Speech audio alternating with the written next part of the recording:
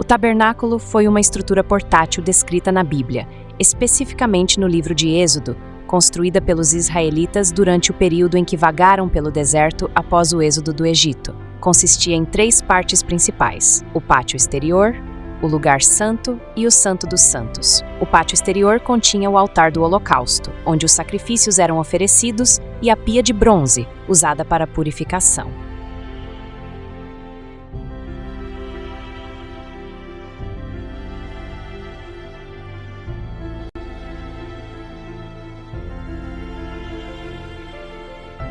O lugar santo era onde os sacerdotes realizavam suas funções sacerdotais diárias, incluindo a troca dos pães da proposição e a manutenção do candelabro de ouro, o altar de incenso e a mesa dos pães da proposição.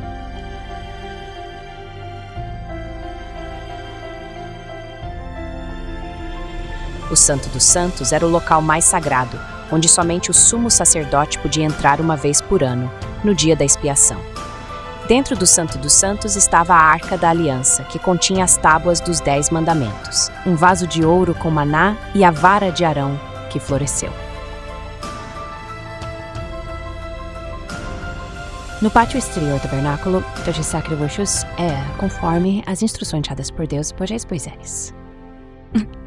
Para começar, o adorador escolheria um animal sem defeito para ser oferecido como sacrifício.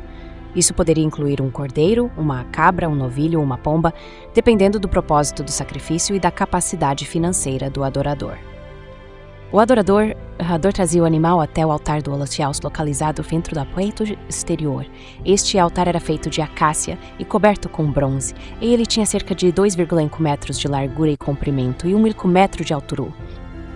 O adorador ou sacerdote então abatia o animal, simbolizando a transferência dos pecados do adorador para o sacrifício. Isso era feito com reverência e conforme as leis prescritas por Deus. O sacerdote coletava o sangue do animal e o aspergia ao redor do altar do holocausto. Isso tinha significado simbólico, representando a purificação dos pecados através do sangue derramado. O animal era então preparado, muitas vezes cortado em pedaços e colocado sobre o altar. O fogo era aceso no altar e o animal era queimado como oferta ao Senhor. Isso simbolizava a entrega completa do adorador a Deus e o desejo de restaurar o relacionamento com Ele. Enquanto o animal queimava, o adorador podia orar e confessar seus pecados a Deus, buscando perdão e reconciliação. O sacrifício continuava até que toda a oferta fosse completamente consumida pelo fogo, mostrando que o adorador estava completamente dedicado a Deus. Este era o processo básico para os sacrifícios no pátio exterior do tabernáculo. Cada detalhe tinha significado simbólico e apontava para a necessidade do perdão dos pecados e da restauração do relacionamento entre Deus e seu povo. Esses sacrifícios eram um precursor do sacrifício supremo de Jesus Cristo, que veio para oferecer perdão e reconciliação de uma vez por todas. Êxodo, capítulo 28. As roupas dos sacerdotes. O Senhor disse a Moisés: mande chamar o seu irmão Arão e os filhos dele, Nadab, Abiú, Eleazar e Itamar. Separe-os do povo de Israel para que me sirvam como sacerdotes. Faça roupas de sacerdote para o seu irmão, a fim de darem a ele dignidade e beleza. Chame todas as pessoas a quem eu dei habilidade e mande que façam as roupas de Arão para que ele seja consagrado como meu sacerdote. Mande que façam um peitoral, um manto sacerdotal, uma sobrepeles, uma túnica bordada, uma mitra e um cinto. Essas pessoas farão roupas de sacerdote para o seu irmão Arão e os filhos dele, a fim de que eles me sirvam como sacerdotes. Esses artesãos deverão usar fios de lã azul, púrpura e vermelha, fios de ouro e linho fino. Os artesãos farão um manto sacerdotal de fios de lã azul, púrpura e vermelha, de linho fino e de fios de ouro, e o enfeitarão com bordados. Nas 2 pontas do manto haverá 2 alças que deverão ser presas nos 2 lados do manto. O cinto que passará pela cintura do manto para prendê-lo será feito dos mesmos materiais do manto, formando com ele uma só peça. pegue 2 pedras de ágata e grave nelas os nomes dos filhos de Jacó, 6 nomes numa pedra e 6 nomes na outra, por ordem de idade. Escolha um bom ourives para gravar nas 2 pedras os nomes dos filhos de Jacó e para montar as pedras em engates de ouro. Coloque essas 2 pedras nas alças do manto sacerdotal para representarem as 12 tribos do povo de Israel. Assim, Arão levará nos ombros esses nomes para que eu, o Senhor, sempre lembre do meu povo. Faça 2 engastes de ouro e 2 correntes de ouro puro entrelaçadas em forma de cordão, que você prenderá nos engastes. Faça um peitoral que o grande sacerdote usará para descobrir a vontade de Deus. Como o manto sacerdotal, o peitoral também será feito de fios de lã azul, púrpura e vermelha e de linho fino enfeitado com bordados. O peitoral será quadrado e dobrado em 2. Terá 1 palmo de comprimento e 1 palmo de largura.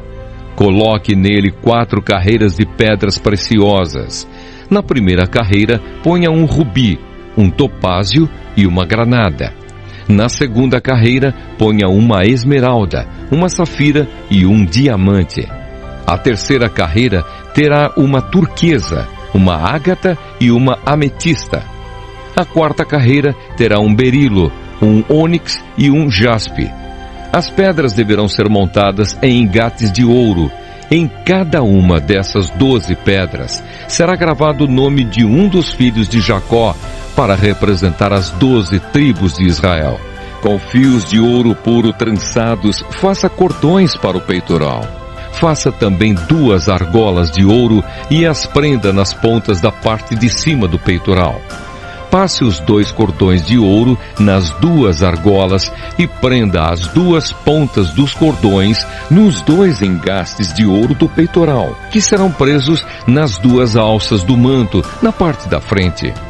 Faça outras 2 argolas de ouro que serão presas nas 2 pontas de baixo do peitoral, na borda do lado de dentro do manto. Faça ainda mais 2 argolas de ouro e prenda-as nas pontas das 2 alças do manto, embaixo, na frente dele, perto da costura e acima do cinto.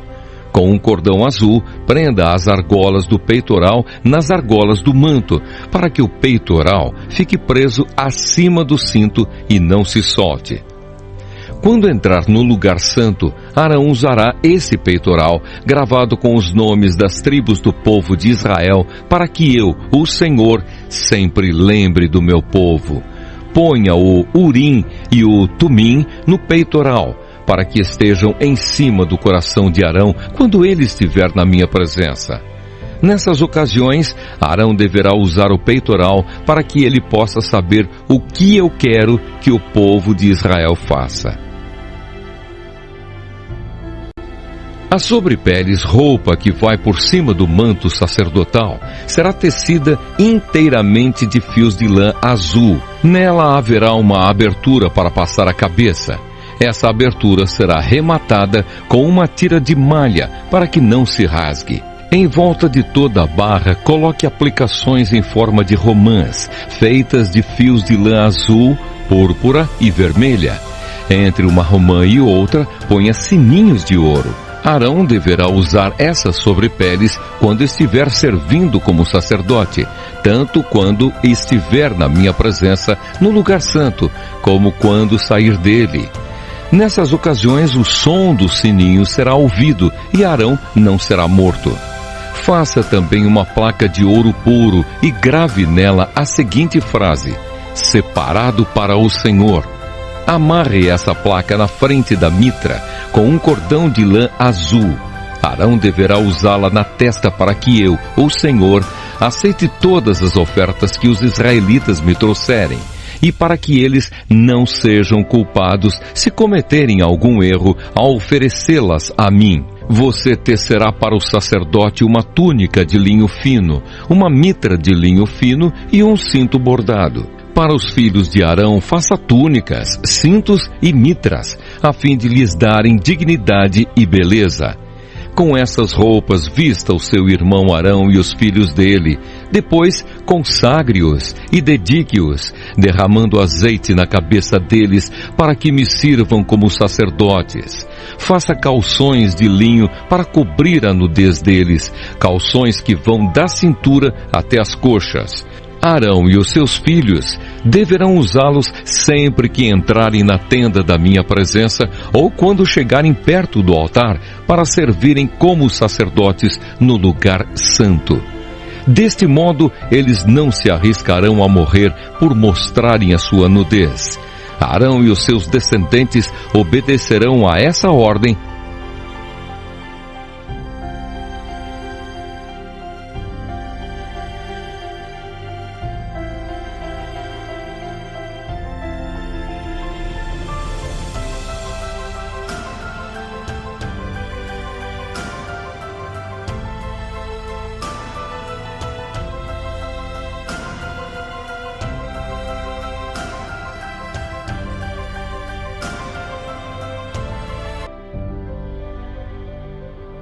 O Templo de Salomão foi um magnífico santuário construído em Jerusalém, Israel, durante o reinado do rei Salomão, por volta de 950 a.C. Era o centro espiritual e religioso do povo de Israel e ocupava um lugar central na adoração ao Deus de Israel. O templo foi erguido no Monte Moriá ou Sião, o mesmo local onde Abraão ofereceu Isaque como sacrifício e onde Davi construiu um altar a Deus. Sua localização central em Jerusalém simbolizava a presença de Deus no meio do povo de Israel. O Templo de Salomão foi destruído pelos babilônios em 586 a.C., mas foi posteriormente reconstruído após o retorno dos exilados sob a liderança de Zorobabel. Mais tarde, Herodes o Grande realizou uma grande expansão e renovação do templo, conhecido como Segundo Templo.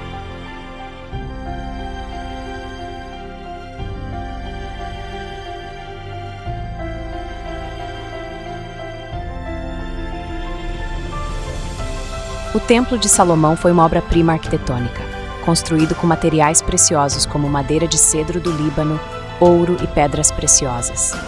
Foi descrito como um dos edifícios mais esplêndidos da antiguidade. Em suma, o Templo de Salomão foi muito mais do que apenas um edifício físico. Ele representava a presença de Deus entre seu povo, servindo como um lugar de adoração, sacrifício e comunhão. Sua construção dá um significado articulado espiritual e foi a duradoura história religiosa e cultural do povo.